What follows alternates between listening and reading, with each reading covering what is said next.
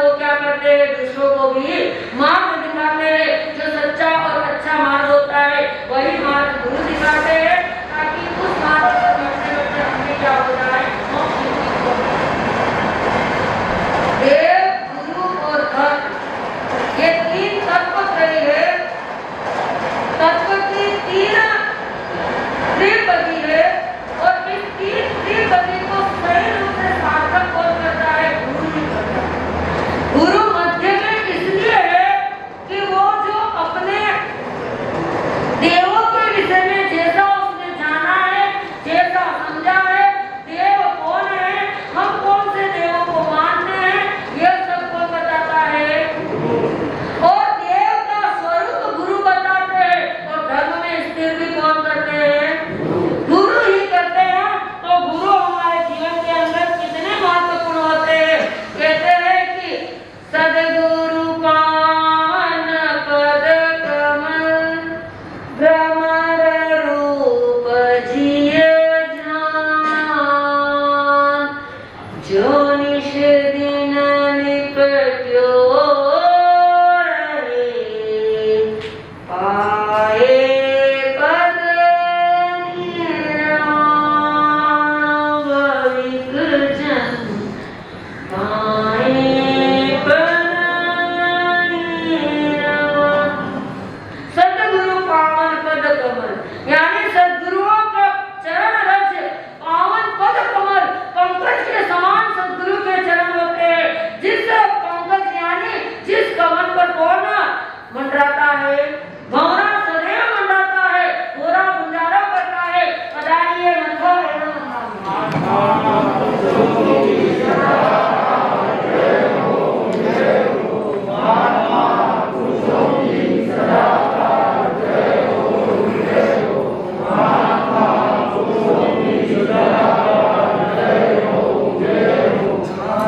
स्वागत इन चरणों का, स्वागत इन चरणों का, स्वागत इन चरणों बलि जाए गुरनी सपदारे, स्वागत में गली गली जाए गुरनी सपदारे, स्वागत में गली गली जाए गुरनी सपदारे। जिस कमल पर कौन मंडराता है, गोरा मंडराता है, गुंजारा करता है, रस लेता है और अपने आप में आनंद को प्राप्त करता है। उसी तरह से जो भक्त, जो शिष्य गुरु के चरण का आनंद लेता है, गुरु के चरण का आस्वाद लेता है, वो मोक्ष रूपी प्रसन्नता को प्राप्त कर लेता है। वो महान ऐसी प्रसन्नता को प्राप्त करता है, ऐसे सुखों को प्राप्त करता है जिस सुख के पीछे और कोई दुख बसा ही नहीं होता है। ऐसे सुख की और क्या हो जाती है, गति बढ़ जाती है। गुरुवर की महिमा प्रेम धरी ने गाऊं, धरी ने गाऊं, चरणों में मेरा वंदन शीश झुकाऊं। गुरुवर की महिमा प्रेम धरी ने गाऊं, धरी ने गाऊं, चरणों में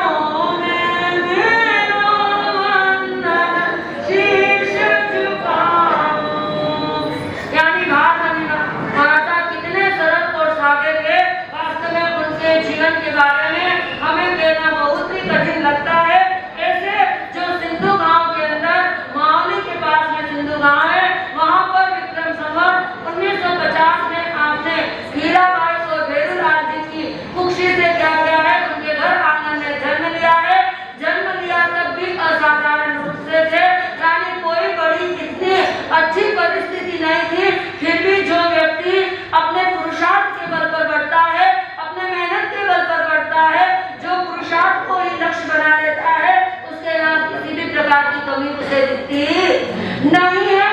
तो ऐसे बालक का जन्म सामान्य परिस्थिति में होते हुए भी वो असामान्य कैसे बन गया, साधारण स्थिति में होते हुए भी असाधारण कैसे बन गया। थोड़ा सा जीवन परिचय देखेंगे, समय तो बड़ी रफ्तार से बढ़ रहा है, फिर भी मैं 10 मिनट तो लेऊंगी। तो इस तरह से उन्होंने अपने जीवन में, यानी उनके जीवन के अंदर कितना सुयोग प्राप्त हुआ। जब आप बड़े हुए, कहते उस समय में माता पिता का भी क्या हो गया, देहावसान हो गया, पर बालक हारने वाला नहीं था, संकल्प के बल पर जीने वाला था, पुरुषार्थ के बल पर जीने वाला था, परम मेहनती था। और वो मेहनत करते करते कहते छोटा छोटा ही नहीं रहता है, बड़ा भी हो जाता है। समय के साथ में गतिमान होते हुए उनका एक व्यापार ऐसा था कि उनके साधन क्या थे, ऊंट और घोड़े उनके साधन थे, सिंधु से दरोले जाते थे। उनके वैराग्य का कारण भी कितना अच्छा मिला था कि एक बार वो ऊंट पता नहीं कुछ नहीं खा रहा था, तो उन्होंने नीम की डालियां तोड़ तोड़ के डाली थी, फिर भी नहीं खा रहा था। बड़े परेशान हो गए, कहते निमित्त कभी भी मिलना होता है, तब अपने शुभ भाव देने आते, पुण्य के भाव देने आते तो निमित्त भी शुभ मिल जाता है। उनका मानस ही बदल गया, अब मुझे क्या नहीं करना, ऐसे ऊंट घोड़े की सवारी नहीं करना, मुझे तो इसे बेच देना चाहिए। कहते वैरागी का कारण भी क्या बना था, वही ऊंट बना था। समता सुचिता सत्य समर्पित पापरिवंसा जीवन, समता सुचिता सत्य समर्पित पापरिवंसा जीवन। ऐसे पुण्य प्रसंग पर गुरुदेव के चरणों में करती हूँ वंदन। भारत जी इसके इन अक्षरों के ऊपर उनका वैरागी कैसा था, उनकी दीक्षा कैसी थी, एक लाइन में बता देती हूँ। भावनाओं को शुद्ध बनाए, करे भावना का चिंतन, ये उनकी वैरागी का चिंतन कारण ऊंट बना था कि अब मुझे क्या नहीं करना। हाय मैंने अपने जीवन में कितनी वनस्पति को कष्ट दिया था, कितने इन्हें बेचारे पशुओं को भी नहीं कष्ट दिया था, इन्हें बेचारे इनके ऊपर मैं स्वयं अपना वजन डालता हूँ। हाय रे अब मैं इन कष्टों से कैसे बचूंगा। ऐसा मात्र इतना छोटा सा निमित्त मिला और क्या बन गए, वेदा की भावना से भाषित हो गए। कहते हैं कि जो उसका मूल्य था उससे भी बहुत सस्ते भाव में बेच दिया। नहीं चाहिए मुझे, संसार में नहीं रहना है, पैसे परिवार से क्या मतलब है। और गुरुदेव पूज्य श्री मोतीलाल नेवार साहब के चरणों में पधारा। वाह, रक्षा करे छगार जीवों की, करे आत्मा में रमन, रक्षा करे छगार जीवों की, करे आत्मा में रमन। यह है दीक्षा।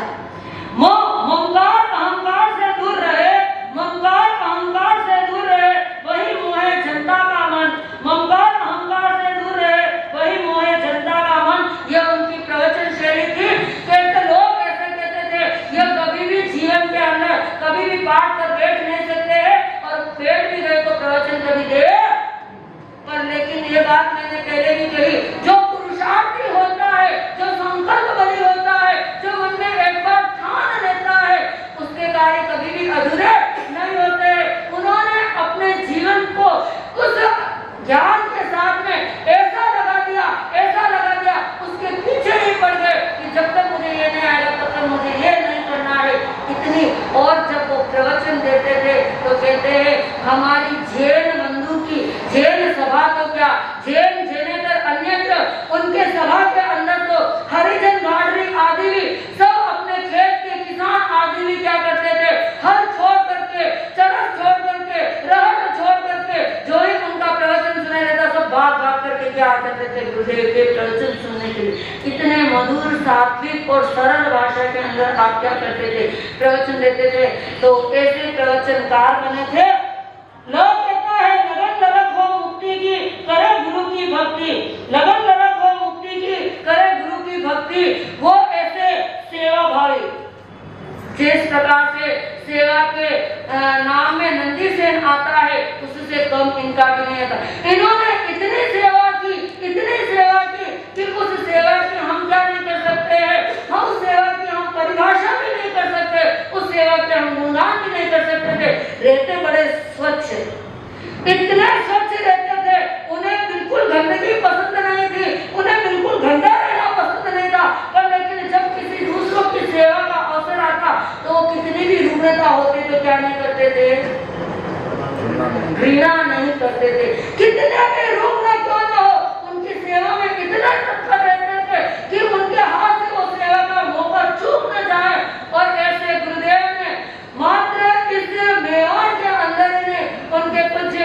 आचार्य भगत श्री मोतीलाल जी महाराज साहब के साथ में रावलपिंडी पाकिस्तान तक उन्होंने क्या किया था, बिहार किया था। इतनी उन्होंने पद यात्रा की और गुरुजी स्वयं धन्य धन्य कहते थे। गुरुजी स्वयं अपने आप को सराहते थे, भाग्यशाली मानते थे कि मुझे कितना सुंदर प्यारा शिष्य मिला था। और उनकी दीक्षा कहाँ पे हुई थी, जहाँ से हमारे गुरुदेव श्री अम्बालाल जी महाराज साहब उन्हीं के गांव के अंदर आंबा में उनकी दीक्षा हुई। जब उनकी दीक्षा हुई तब उन्हें यह पता नहीं था कि मेरा ही यानी मामा बुआ के दोनों भाई कि आज मैं जिस स्थान से दीक्षा ले रहा हूँ उसी स्थान पर एक नई आत्मा जन्म लेकर के वो भी क्या करेगी, मेरे ही शिष्य के रूप में आएगी। तो देखिए कितनी वह धरती पावन बन जाती है जब ऐसे महापुरुष के चरण पड़ते हैं। तो बाहर हो गया जी यानी जीव अधीन हो तत्व जान कर करे आचरण शुद्ध, जीव अधीन हो तत्व जान कर करे आचरण शुद्ध, महापुरुष वही कहलाए जीवन बने विशुद्ध, महापुरुष वही कहलाए जीवन बने विशुद्ध। ऐसे समस्याओं का समाधान होते हैं गुरु, यानी जो हमारी अच्छाई बुराई आदि से अच्छाई बुराई और सच्चाई इन तीनों में से क्या अपनाना चाहिए, कैसा अपनाना चाहिए, क्योंकि आत्मा तीन प्रकार की होती है, निंदनीय आत्मा, वंदनीय आत्मा और अभिवंदनीय आत्मा। इस तरह से जो इस आत्मा को किसके साथ कैसे जोड़ना है जो हमें सिखाता है वही हमारे गुरु होते हैं, क्योंकि गुरु तो हमारी उजली भोर के समान होते हैं, हमारे जीवन को में प्रेरणा देते हैं। तो कैसे कुछ भार मंदिर महाराज साहब दो प्रसंग हो गए, हरियाणा मास हो गए और कुछ शिकार में तो ऐसे ठीक है। धुनी में यह फरमा रहे हैं कि अब आगे का समय बहुत तीव्र गतिमान हो रहा है, वो विषय धुनी में यहाँ ही पूरा करेंगे। तो मैं अपने भाव को ये विराम देती हुई इन्हीं शब्दों के साथ में जय गुरुदेव जगन्नाथ के आगे आप किस प्रकार धुनी के मुखावे से अपने अमृत में आने को सुन करके कैसे हम अपने जीवन में उतारते इसी बात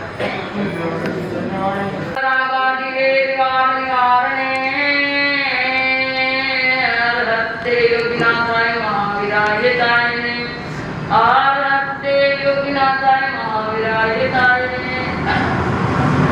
अनंत अनंत आनंद के निकेतन दिव्य ज्योति ऐसा अवतार चरम कृष्ण परम पावन पिता परमात्मा भगवान को मेरा नमन। अनंत अनंत आसक्ति अमृत पुरुष हृदय परम पूज्य आचार्य भगवान एवं अनंत अनंत कार्य गुरु अमृत परम पूज्य माता प्रेम को वंदन। उपस्थित सभी वार्षिक मोदी माताओं के हम आज एक विशेष प्रसंग से जुड़े हुए हैं। हर दिन कोई कोई नया प्रसंग अवश्य हमारे जीवन में आता है। अगर हम समझ पाए तो शायद संसार भी हमारे लिए बहुत निम्न स्थिति का हो जाए। कुछ नहीं, अगर मैं सब कुछ हो तो संसार मेरे लिए कुछ तुच्छ। जब उच्चता अपन धारण करते संसार तुच्छ लगता है, ऐसे ही प्रसंग में आप सुन रहे हैं पूज्य भारती महाराज साहब का विशेष जीवन परिचय। जैसे प्रज्ञाश्री बनाती अच्छी है, शब्द चिकित्सा अच्छी होती है, आपने समझा नहीं होगा हर प्रकार से किसकी है वो तो पता नहीं, लेकिन करती अच्छी है। तो हम चाहेंगे अच्छी तरह से उसकी बात सुने। और मैं रोक रही तो कहीं नहीं बोलो, अपने गुरु के गुणगान करने में मैं बीच में क्यों, लेकिन फिर भी समय के साथ चलना होता है, इसलिए समय का हमें पूरा ध्यान रखना होता है। नहीं तो अभी आने की शीघ्रता नहीं है, जाने की। तो चलिए हम थोड़ा सा विचार कर लेते हैं पूज्य श्री भारती महाराज साहब का। वैसे हरियाणा अमावस्या है, आज के दिन उनका देवलोक गमन हुआ और भगवान महावीर भी तो मोक्ष में बना रहे हैं।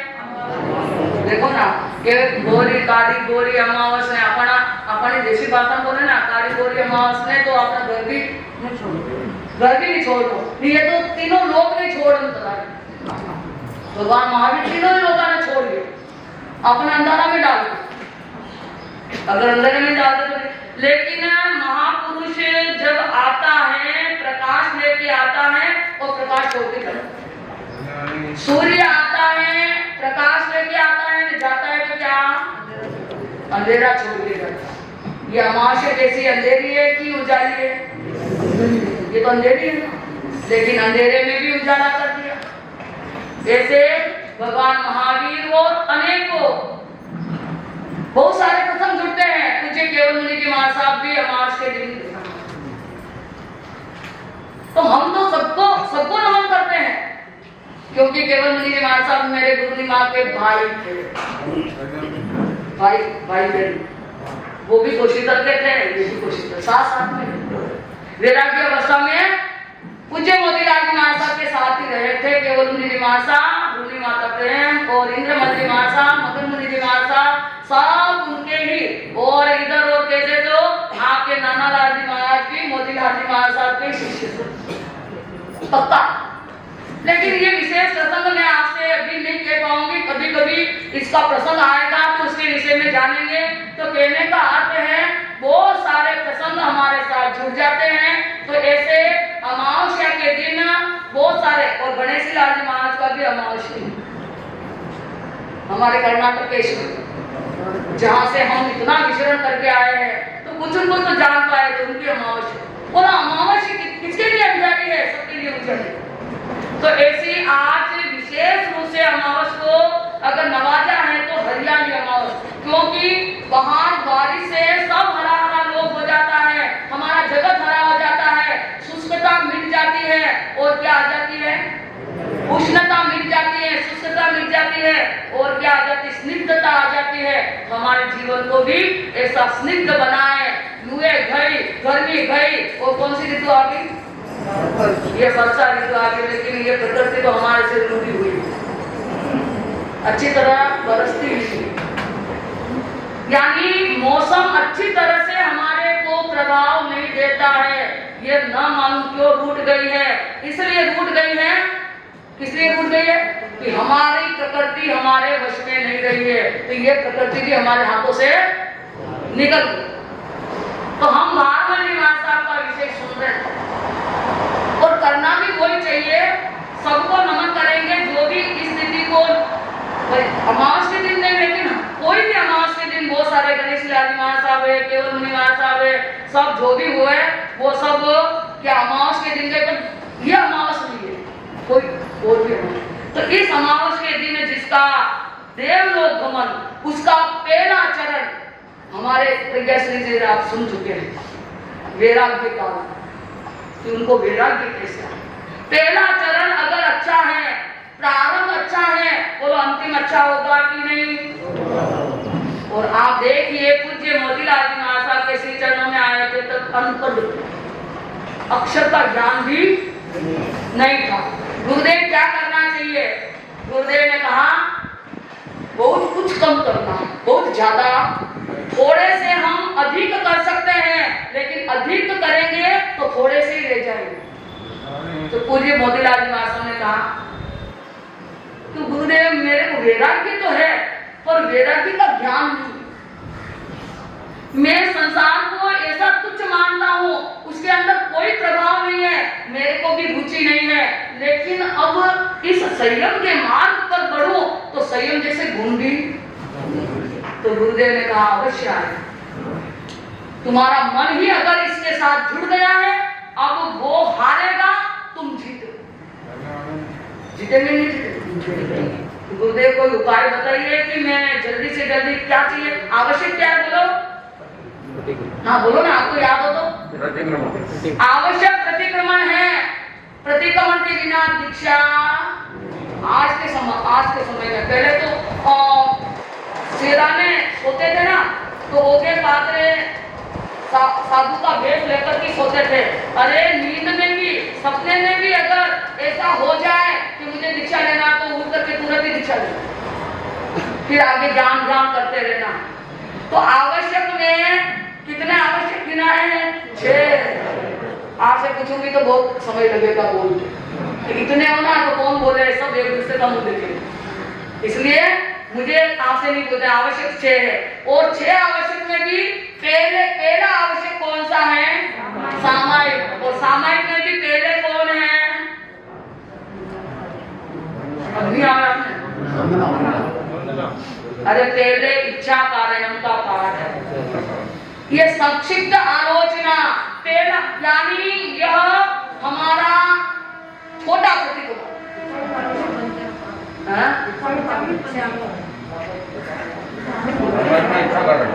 हाँ तो वही तो कह रही ना, आवश्यक तो पहला सामायिक है ना, तो सामायिक में नहीं है, वही तो मैं कह रहा हूँ, आप क्या कह रहे हो?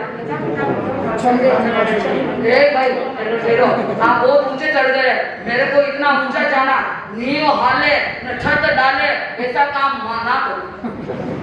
नींव हाल के जाए छत डाले तो नहीं हो, आधार तो हमारा मजबूत है नहीं, प्रारंभ अच्छा ही नहीं है और अंतिम का सोच रहे, इसलिए थोड़ा, यानी छोटा प्रतिक्रमण इच्छा कारणम है। और गुरुदेव ने कह दिया इसकी माला फेरो, पाठ याद करवा दिया और क्या फेराया माला, और वह माला प्रारंभ से अंतिम तक चलती रही। देखो वो कितने महान बन गए, आज हमारे नाथ बन गए हैं, आज हमारे स्वामी बन गए हैं, मेवाड़ के राज तिलक बन गए। कौन? बीच में दिया अष्टदिवसीय कार्यक्रम चल गया, पर ये भी आगे तो आने भी तो धोखना तो पड़े ना, ये भी तो हमारा पूर्वज है, और पूर्वज ने नहीं धोखा तो परिवार दुखदायी हो जावे। जो पहला जीता पूर्वजवार और जी सामो धर्मराज जी महासाब से लगाकर अम्बेश गुरु तक सौभाग्य मगन सौभाग्य मदन तक सब पूर्वजों नाम ले तो जीते कहीं ले तो मिले। तो इसलिए धारमल जी महासाब का नाम हम लेने जा रहे हैं। धारमल जी महासाब ने जीवन के अंत तक इस पाठ का क्या करते रहे, और माला फेर, एक माला तो आप ही फेर दीजिए, चल आपका सब मिलन एक माला फेर, अच्छा देखो गलत नहीं बोलोगे। और अगर उस महापुरुष के साथ जुड़ना है और उस महापुरुष के आत्मीय संबंध जोड़ना है तो हम इतने शुद्ध बोलेंगे, और आप तो शुद्ध नहीं बोलेंगे, मैं बोल रहा हूं आप बोलेंगे, ठीक है, और सब बोलेंगे। जो नहीं बोलेगा वो धारमल जी महासाब के आशीष छाया से अलग, सबको बोलो, ठीक है। इच्छा कारणं, सब बोले ना, इच्छा कारणं संदिशः भगवं क्रियावह्यं पटिकमामि इच्छं इच्छामि पटिकमिमुं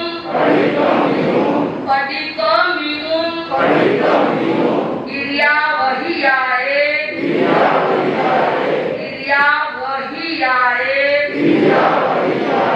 विराहणाय गमनागमने पाणकमणे वीयकमणे हर्यकमणे ओसा कुतिंग पणग दग मत्ती मकड़ा संताना संकमणे जेने जीवा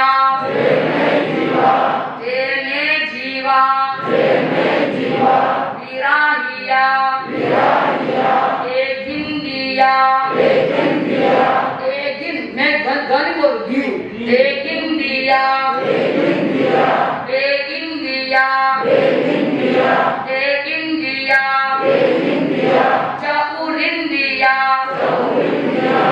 चौरिंदिया पंचिंदिया अभिहया वतिया रेसिया संगाइया संगटिया हरियालिया पिलामिया उदरिया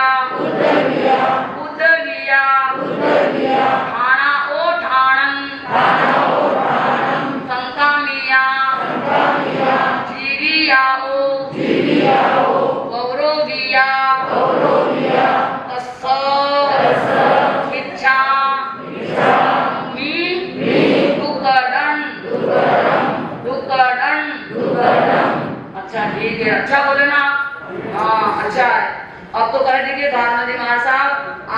जो दिखाया, आपने जो सीखा, आपका जो समझा हुआ जो पाठ है वो पाठ पहला है कि नहीं?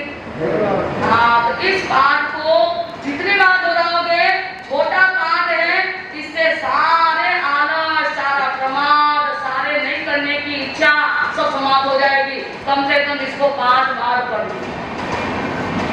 मैं तो कह रही हूँ करोगे तो अच्छा रहेगा, क्योंकि ये प्रतिक्रमण का सामयिक का प्रारंभ है और इसी से सामयिक प्रारंभ होती है और पूरी भी इसको समझे बिना नहीं हो, इसलिए मेरा पाठ है। धन्यवाद है।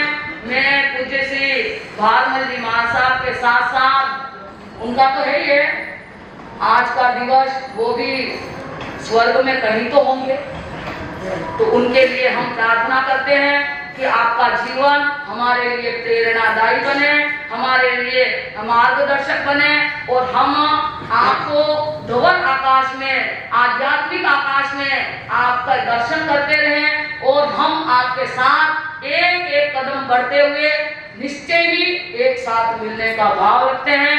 ऐसा हम आज पूज्य श्री भारमल जी महाराज साहब के श्री चरणों में नमन करते हैं। जब समन संघ का क्या हो रहा था, संगठन हो रहा था, आज महाराज साहब थोड़ा कड़क बादशाह है, उन्होंने कहा कि सबको एक होने दो, मैं तो नहीं। तो भारमल जी महाराज साहब इतने भद्र परिणामी है कि गुरुदेव आप ऐसा कैसे कर सकते हैं?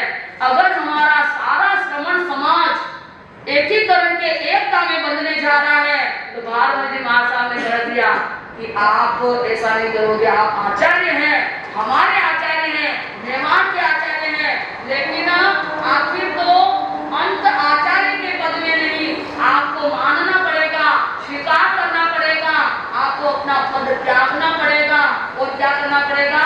श्रमण संघ में ये भारमल जी महाराज साहब है और बहुत बड़ा त्याग किया आचार्य मोतीलाल जी महाराज साहब, बहुत बड़ा त्याग। उनका मन नहीं था, उनका मन तो स्वयं बादशाह बनने का था, नहीं मैं तो, लेकिन भारमल जी महाराज साहब ने बहुत अंदर से उनको ऐसा कर दिया कि नहीं, मेरा शिष्य भारू, और हमेशा भारू कहते थे, हमेशा भारू कहते थे और उन्होंने आशीर्वाद ये दिया, तू जगत का भार हटाएगा, तू जगत के भार को दूर करेगा।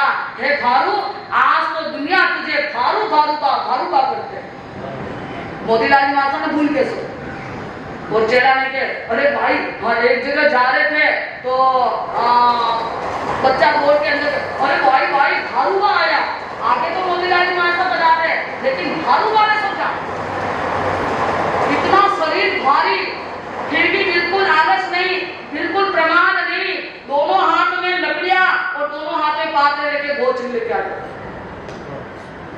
ध्यान भले कम किया हो, नहीं किया, मैं तो कहती बहुत किया, लेकिन सेवा इतनी की कि वो ज्ञान को भी क्या करते दबा, इतनी सेवा में वो दोनों हाथ में गोचरी ले आते, पानी ले आते, तो भी किसी भी कार्य में उनको क्या नहीं था?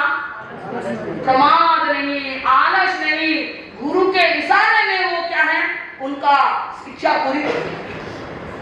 जैसे भारमल जी महाराज साहब का यह पुण्यतिथि कितनी कौन सी है? हमारे तो तिथि है, और कौन सा है?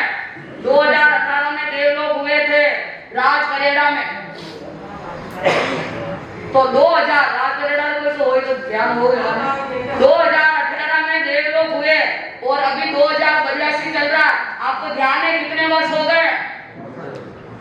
2015 में देववाड़ा के अंदर पूज्य मोतीलाल जी महाराज साहब देवलोक हुए और भारमल जी महाराज साहब 2018 में देवलोक, पर सारा भार पूज्य अम्बेश गुरु का। अम्बेश गुरु जानने में कहने में बहुत सरल स्वभावी है, लेकिन जब इतना बड़ा उनके ऊपर क्या आया, भारमल जी महाराज साहब को जब देवलोक गमन हो गया तो अम्बेश गुरु ने सोचा कि मेरा तो सर्वस्व है, मैं कैसे संभालूं, कैसे नेतृत्व करूं, क्या करूं, क्या नहीं करूं। तो आखिर उनके पीछे होने वाले मगन मुनि जी महाराज साहब, इंद्रमल जी महाराज साहब, पूज्य इतने संत थे, कितने साधु थे, मैंने दीक्षा ली उस समय 9 हाँ शांति मुनि महाराज साहब, अरे सब भूल गए हम तो, लेकिन इतने सब थे। उन्होंने कहा गुरुदेव, जो गुरु का जो आपको उनको तो आपको ही क्या करना पड़ेगा, पूर्ण करना पड़ेगा। उनकी रिक्तता आपको महसूस नहीं करनी, उनकी रिक्तता पर आपको क्या करना, अपना वरदान देना है। तो देखिए अवधेश गुरु ने भी बहुत अच्छा कार्य किया। तो इस तरह से मेवाड़ संत परंपरा आज तक तो व्यवस्थित है और अच्छी चल रही है।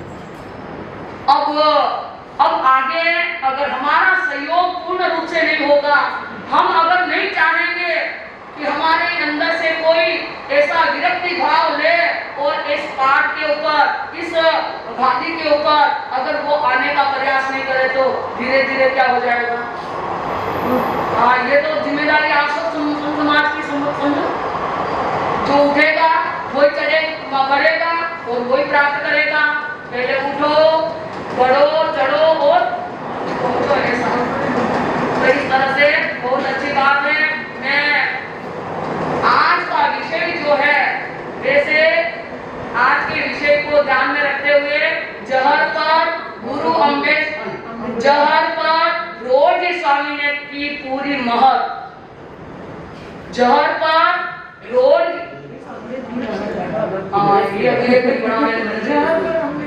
ये बोले जहर पर अमृत की लहर, लेकिन मैंने कहा कि जहर पर गुरु रोज स्वामी ने की पूरी महर।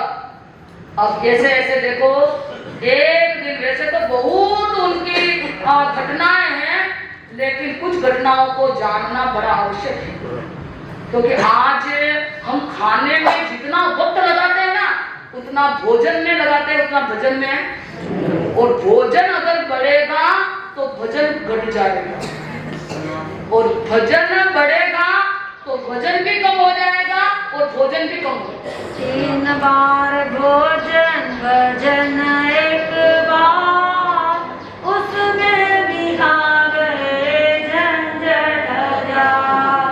3 बार भोजन भजन एक बार, उसमें भी आ गए झंझट हजार। ठीक है भाई, ये तो कह रहे झंझट हजार है, मैं तो कह रहा हूँ झंझट ही झंझट है। कभी भी आपने उन झंझटों को, समस्याओं को हल करने का प्रयास तक नहीं किया। अरे भजन करेगा तो सारी झंझटें क्या हो जाएगी, सारी समस्याएं। भजन करो। और ये जो भी पाठ बोलते हैं ना, लोगस का है, नूतन का है, इच्छाकरण का है, शांतिनाथ भगवान का है, जो भी शांतिनाथ भगवान का जाप है, जो भी अपन बोलते हैं, ये सब भजन। और आज वैष्णव भक्ति प्रधान धर्म है। भक्ति प्रधान धर्म कौन सा? और आपको कौन सा धर्म है? अरे जैन धर्म थोड़ी है। देखो, वैष्णव में भक्ति, मुसलमान में नेकी और जैन में क्रिया। जैन धर्म में क्रिया और वैष्णव धर्म में भक्ति और मुस्लिम धर्म में नेकी, ये तीनों एक जगह नहीं देखी। समझ में आ गया ना? सब अलग अलग जीव है। अगर तीनों एकता में आ जाए ना, तो आज यहाँ मोक्ष। क्रिया भी चाहिए, भक्ति भी चाहिए, और नेकी का मतलब जानते हैं? हाँ, यानी नियम। करना है वही करना है, नहीं करना नहीं। हो गई। जो करना है, जो करने का ले अच्छा है वही करना है, तो बुरा तो हो गई नहीं। तो इस तरह से ये तीनों ही एक जगह नहीं मिलती है। अगर ये तीनों एक जगह मिल जाए ना, तो हम सब समान हो जाए। लेकिन आज तो जैन ही समान, जैन ही कटे हुए हैं, जैन ही कटे हुए हैं। ये सारा किसने, ये घोटाला किसने किया? साधुओं ने के समाज में कहीं नहीं किया। साधुओं ने, साधुओं को बदनाम मत करो। अगर साधुओं का बदनाम करोगे तो हमारा गुरु भी मन में आ गया, मुंह भी आ गया, तो मने अच्छा नहीं लगा।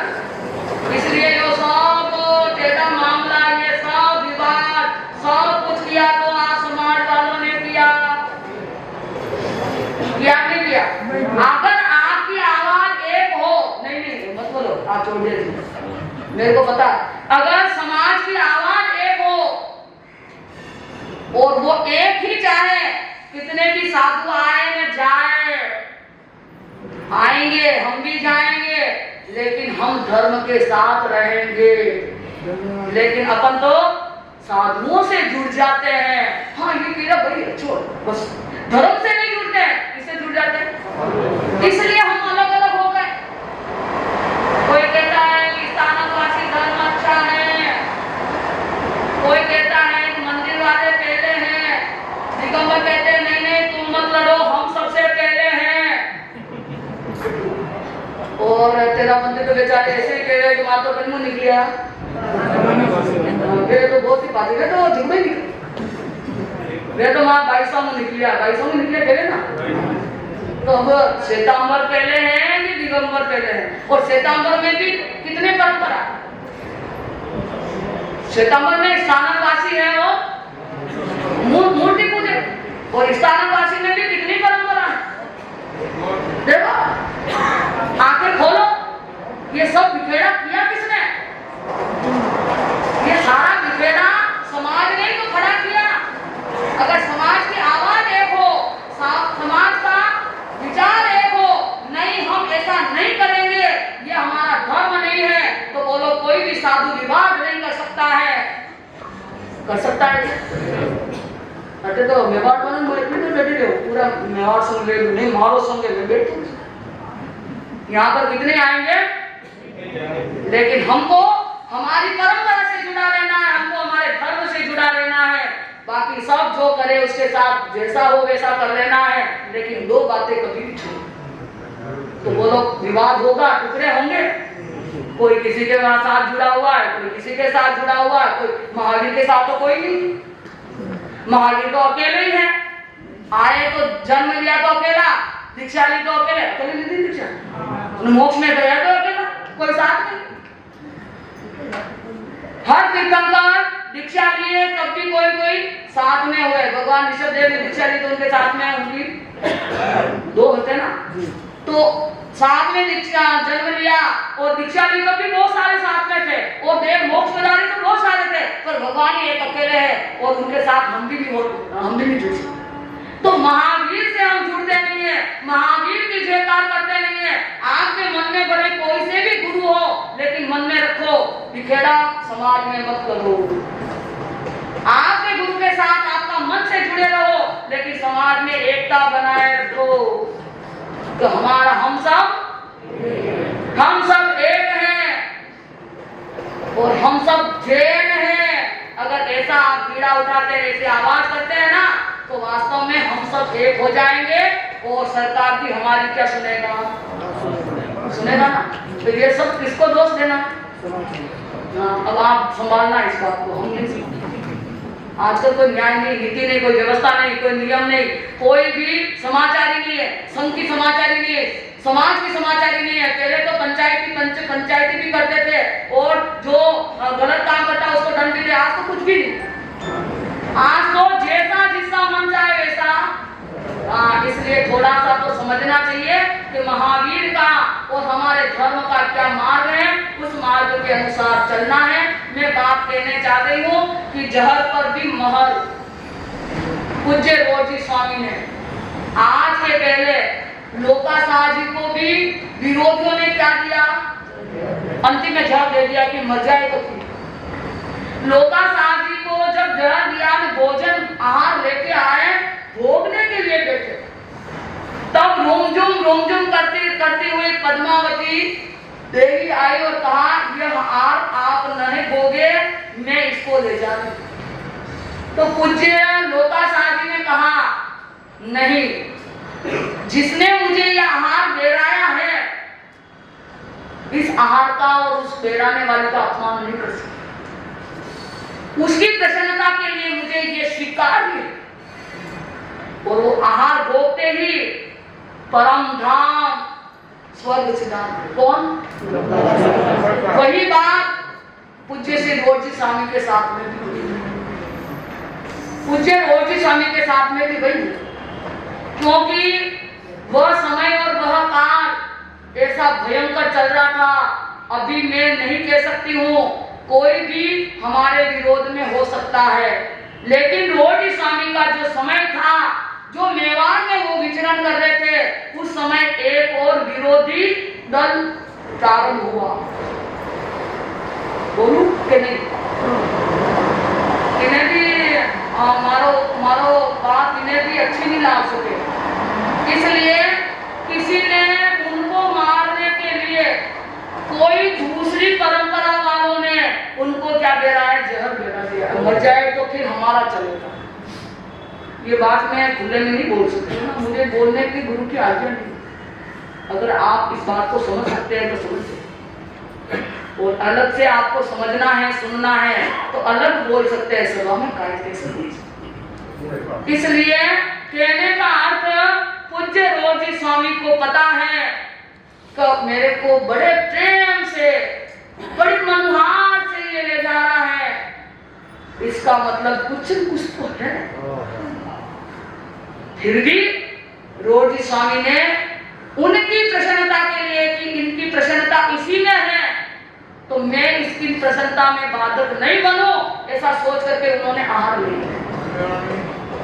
आहार लिया और आहार के साथ प्रभु का स्मरण किया कि प्रभु जिन्होंने मुझे बेराया है, मैं इसको परख नहीं सकता हूँ। साधु की एक मर्यादा होती है, साधु का एक श्रवणाचार होता है, साधुआचार होता है। मैं उस आचार को कैसे नष्ट कर सकता हूँ? बोलो आपके घर में आचार कितो है? आचार है, आचार कितो आचार। भीलवाड़ा में एक शांति भवन के सामने छोटा आचार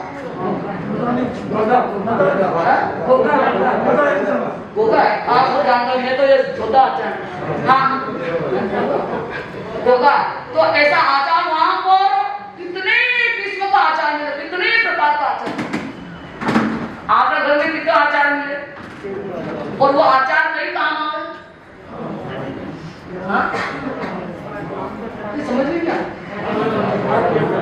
आचार बिगड़ गया ना तो इसका साग बिगड़ जाता है, साग बिगड़ गया ना उसका दिन बिगड़ जाता है, दूध बिगड़ गया ना उसका दिन बिगड़ जाता है, लेकिन चरित्र बिगड़ गया तो उसका जन्म बिगड़ जाता है। दूध बिगड़ जाता है उसको हम बाहर फेंक देते हैं, स्त्री बिगड़ जाती है उसको छोड़ देते हैं, पर जिंदगी बिगड़ जाए उसका क्या? बिगड़ रही नहीं बिगड़ रही, अब क्या सब बिगड़। इसलिए हमारे जैन धर्म में 5 आचार हैं, याद है? नजर तो बहनों के ऊपर ज्यादा जाती है। ज्ञानाचार, दर्शनाचार, चारित्राचार, तपाचार और 5 आचार।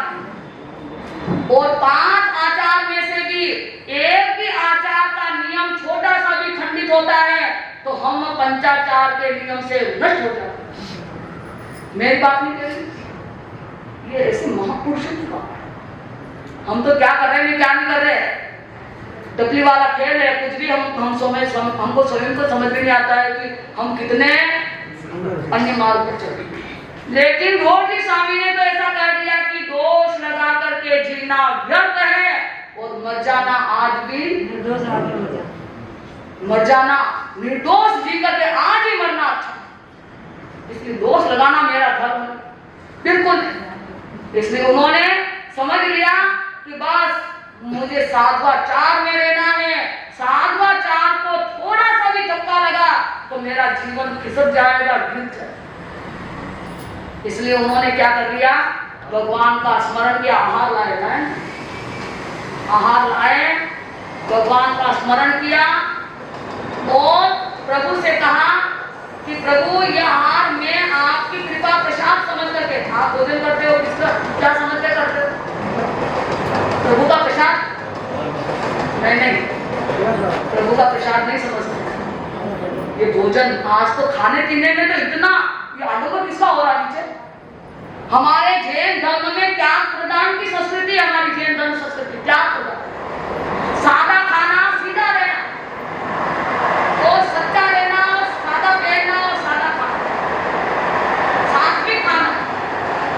लेकिन आज हमारे को सुनने में आते बड़े बड़े लोग कहते हैं महाराज साहब थोड़ो सो भी कमी रह जाए तो लोग कितो ज्यादा खाओ। रोटी साग, रोटी भी नहीं, खानों में रोटी, साग भी खा रहे थे, नहीं क्यों, हमारी संस्कृति साग खाने के लिए भी नहीं खा, लेकिन रोटी को खाने के लिए एक आधार। तो आज साग खाओ कि रोटी खाओ? अरे आज तो बड़ी चीजें खाओ, बहुत सारी गिनती। तो ये थोड़ा सा अच्छा नहीं है, इसलिए आपको देखना है कि प्रभु का प्रसाद समझ करके खाना है। और लिखते क्या? गौतम प्रसाद। ये गौतम प्रसाद का बहुत बड़ा विवेचन, लिखते तो अच्छी मजेदारी से लिखते हो गौतम प्रसादी, पर गौतम की प्रसाद नहीं है, गौतम भगवान का प्रसाद नहीं। गौतम भगवान ने तो थोड़ा सा प्रसाद भी बहुत लोगों को जिमा दिया, बहुत साधुओं को इन्होंने जिमा दिया। तो ये गौतम प्रसादी नहीं है। आजकल तो ना मालूम कौन सी प्रसादी बन गई, तो खाने में तो कितना आडंबर हो रहा है, कितना हम खा रहे हैं, गिनती भी नहीं है। अरे थोड़ा थोड़ा छोड़ने का प्रयास करो।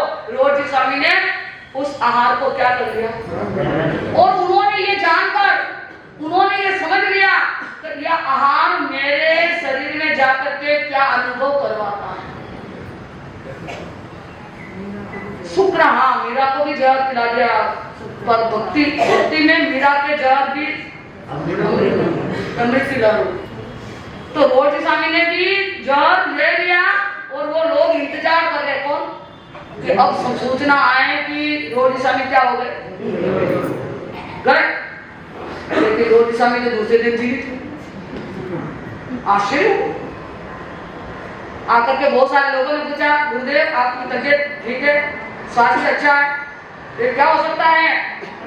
जिन्होंने जीवन भर अमृत बांटा हो उसका भला जहर क्या बिगाड़ सकता है? जिन्होंने जीवन भर अमृत बांटा है और सबको अमृत लुटाया है, उसका जहर क्या बिगाड़ सकता है? इसलिए रोज स्वामी ने कहा बहुत अच्छा, बढ़िया, दर्शन कीजिए।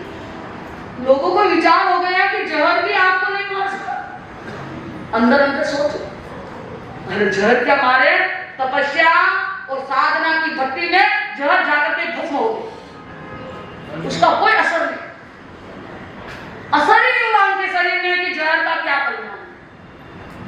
इतना अच्छा होगा कि तुम्हारी प्रसन्न। ऐसे ऐसे प्रसंग हैं, झूठ नहीं बोलती हो, सही है। और इतिहास ने बताता है कि जीव को भी क्या दे दिया, विरोधियों ने दिया भी, उनके खुद भाई ने जहर, फिर भी वो अमृत की लहर।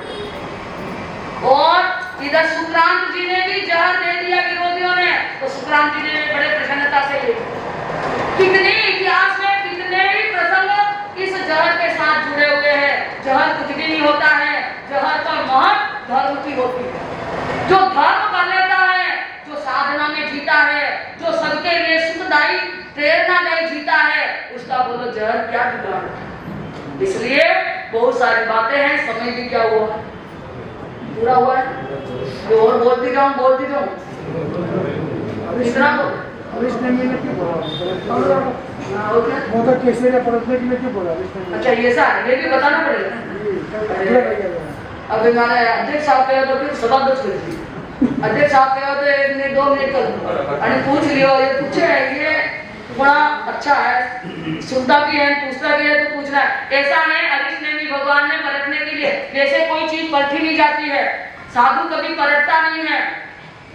साधु हर चीज हमारा ये पेट को ही परखाना समझ लिया है, जो भी आया खाया, उसके ऊपर सीधा जीवा से नीचे उतर जाए। जीवा में वह, मैंने एक दिन आपसे कहा था, जलेबी मीठी है कि जीवा मीठी है?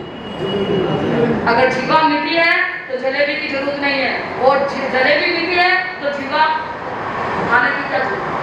तो इसलिए कहने का मतलब ये सब दोहरा जीवन है, आपको समझना चाहिए। तो अरिष्ट ने भी भगवान ने कहा तुम परख आओ। क्यों कहा? इतने सारे मोदक, इतने केसरिया मोदक, उसके अंदर इतना घी लगा, इतना उसके अंदर खजाना लगा, तो भी परखने के लिए भगवान ने आज्ञा दी।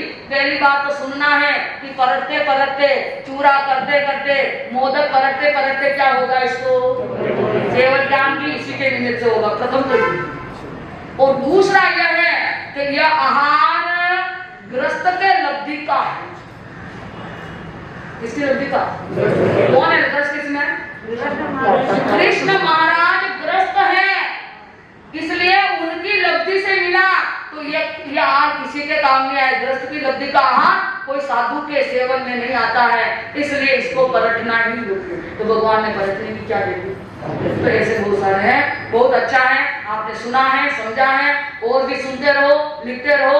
कुछ कुछ बातें अच्छी भी आएगी, कुछ कुछ बातें आपके साथ जुड़ेगी, आप उसके साथ जुड़ोगे, बड़ा आनंद आएगा।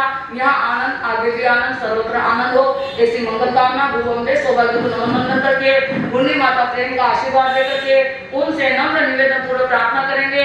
आपकी मंगलमय छत्र छाया, आपकी कृपा आशीर्वाद हमारे संपर्क हम सब पर बना रहे, ऐसी मंगल कामना भगवान। ओम शांति शांति शांति। बोले भगवान महावीर स्वामी की जय। आपकी वजह से आज के जो 5-7 दिवसीय कार्यक्रम है अच्छे रूप से चल रहे हैं।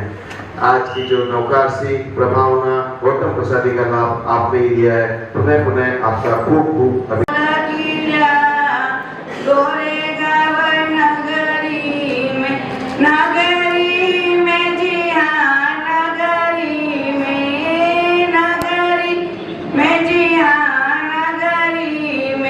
तपस्यारा फूल खिला गोरेगांव नगरी में, तपस्यारा में रहने देकर सगरा दौड़िया आवे, सगरा दौड़िया आवे। अनुमोदन कर कर्म कपावे, मनरा कोड़ पुरावे, मनरा कोड़ पुरावे। हिवड़े में हिवड़े में